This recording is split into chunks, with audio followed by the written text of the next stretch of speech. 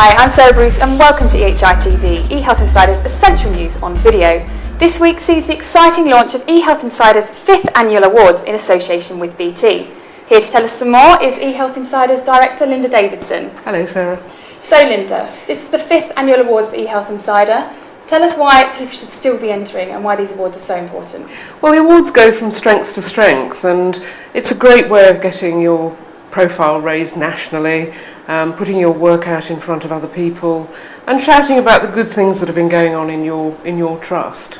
So these awards, they're not just specifically for these big IT deployments that we see in these trusts with, large IT budgets, are they? No, but there is one category specifically for major IT projects, and it is good to be able to recognise those people who have been working at a large scale and making a big difference over a whole trust or a whole region or nationally, for example. But there are many categories where you can enter. If you've just been working at departmental or trust level, yes, indeed, it's not just for the big boys and the big names. And we've got a couple of new categories this year which kind of support the changing healthcare IT environment. Perhaps you could just tell us a bit more about those. Very much so. I mean, we try to keep the awards topical, although there's categories that people will recognise from last year. The new ones, though, are best use of social media in healthcare, so we're interested to hear from the bloggers and the tweeters. And also award to recognise information for GP commissioning, what could be more topical, and so we'll be looking to recognise the work of people who've been doing good support for GP commissioning consortia. There's also a more broad category that we've added for IT enabled change in healthcare, so that should provide a sort of generic category for a lot of people who perhaps find difficulty placing their entry in the others. So we obviously have, some seasoned experts going through these award entries with a fine-tooth comb. Who's on the judging panel this year?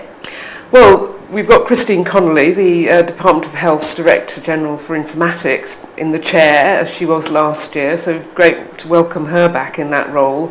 And we've got judges from all sorts of walks of life, from the IT professions obviously, but also medicine and nursing, and a good geographical mix from Scotland, England and Wales, and all different parts of England, North, Midlands and South. So I think we've represented the interested parties very well. We've got two people from the awards last year. We have our healthcare IT champion, John Thornbury, joining us, and also the overall winners from the Scottish Ambulance Service. Mm-hmm.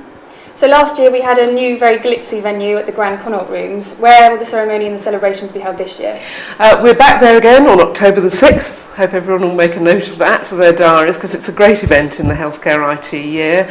And we'll look forward to seeing people there. It sold out last year, so do book some tickets, everyone, and make sure that you've got your entry in, and that you're displaying your trust's good work in IT. Mm-hmm. Finally, Linda, I guess the ultimate question is, how do people enter these awards and how long have they got to do that? 3 quick points. ehealthawards.com is the website. We'll follow the links on the eHealth Insider site. June the 3rd is the key date when you must have your entries in. And finally, it's free, so there's no payment to make, and it's very easy to enter. Just fill in the awards form with a set of questions about your category. Okay, thanks very much, Linda. And of course, we'll look forward to seeing the entries coming in and for the big night in October. Thanks very much.